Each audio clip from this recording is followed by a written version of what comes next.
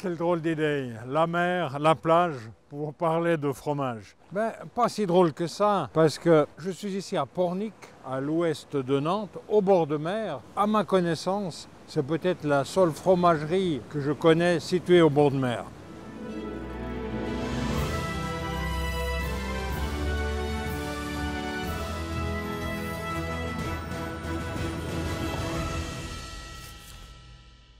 Mais revenons à l'histoire de ce fromage fabriqué à Pornic qui s'appelle le curé nantais. Toute cette région, initialement, n'était pas connue pour fabriquer du fromage. Pourquoi? Parce qu'il y avait du bétail, il y avait des vaches, des moutons et des chèvres, mais on faisait plutôt du beurre. Le beurre était privilégié, certainement parce que plus rentable. Donc c'est seulement en 1880, on se trouve à Saint-Julien de Concelles, près de Nantes. Un agriculteur, Pierre Hivert, il va rencontrer un curé qui passe dans la région et qui va lui donner la recette de ce fromage. Et ce qui est amusant, c'est que c'est très souvent des prêtres, c'est très souvent des moines qui amènent de nouvelles recettes. Pourquoi? Parce que ces gens sont cultivés, ces gens sont allés chercher un peu dans l'histoire et finalement vont transmettre ces recettes dans beaucoup d'endroits en Europe. Il a créé cette recette, il commence à fabriquer le fromage, on est en 1880, et ce fromage, le curé nantais, connaît un succès dès le début. Et pendant 4 générations, la famille de Pierre Hivert va fabriquer ce fromage. Jusqu'à 4 générations, après la fabrication va baisser. On est au début du XXe siècle. Comme dans toute la région ici, le phylloxéra a attaqué les vignes, on est dans le vignoble nantais. Les vignerons ne sont pas relevés. Ils ont abandonné la culture de la vigne, ça a laissé de la place pour de l'herbage et ça a pu continuer la fabrication.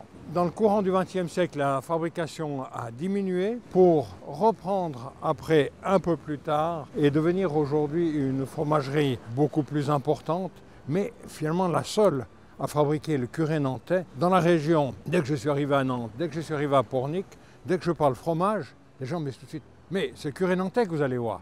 Parce que ici, c'est le fromage connu. Pour en savoir plus sur ce fromage, eh bien, quittons la plage, allons à la découverte de la fromagerie. Mais avant, j'ai une petite histoire à raconter sur cette plage qui est magnifique. Au-dessus de la falaise, on est au 19e siècle. Ce monsieur a sa maison au bord de la falaise et il va chuter. Il est avec son chien aboie, il va jusqu'à la maison, alarme le personnel qui va le rechercher et il a la vie sauve.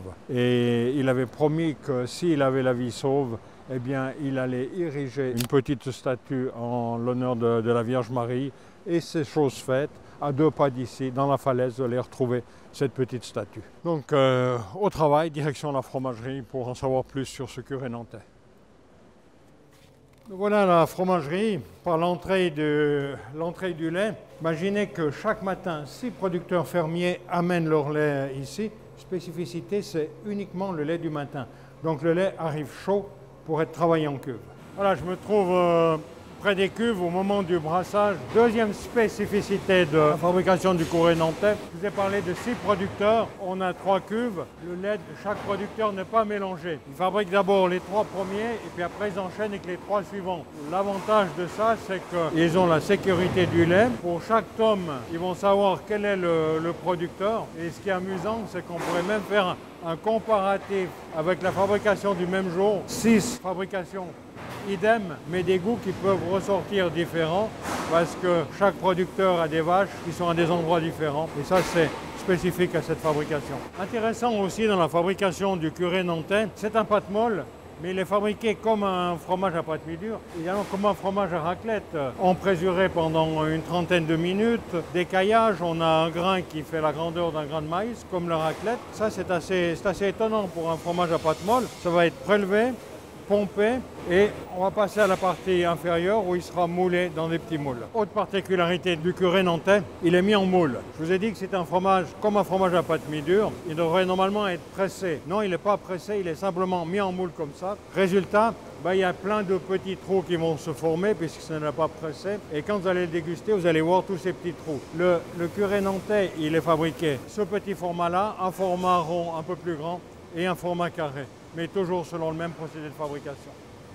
Les curés nantais ont été démoulés, ils sont passés dans un bain de sel pour leur donner du goût. Et maintenant, ils vont passer 3 jours dans cette salle à 18 degrés c'est simplement pour faire augmenter le pH sur la surface du fromage. Quand ils seront en cave après, le ferment du rouge qui va donner cette couleur et aussi un peu de goût au fromage puisse bien se développer. Nous voilà dans la cave d'affinage et là on voit bien la différence.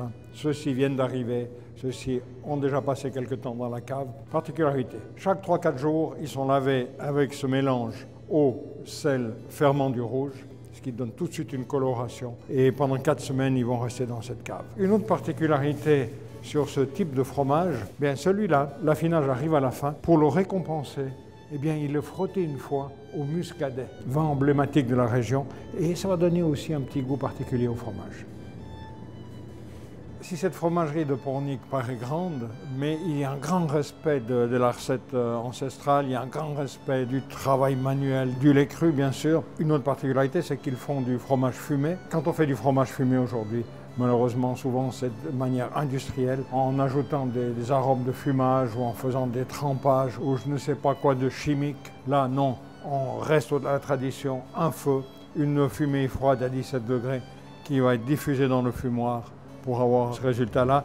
Et ça sera un curé nantais fumé.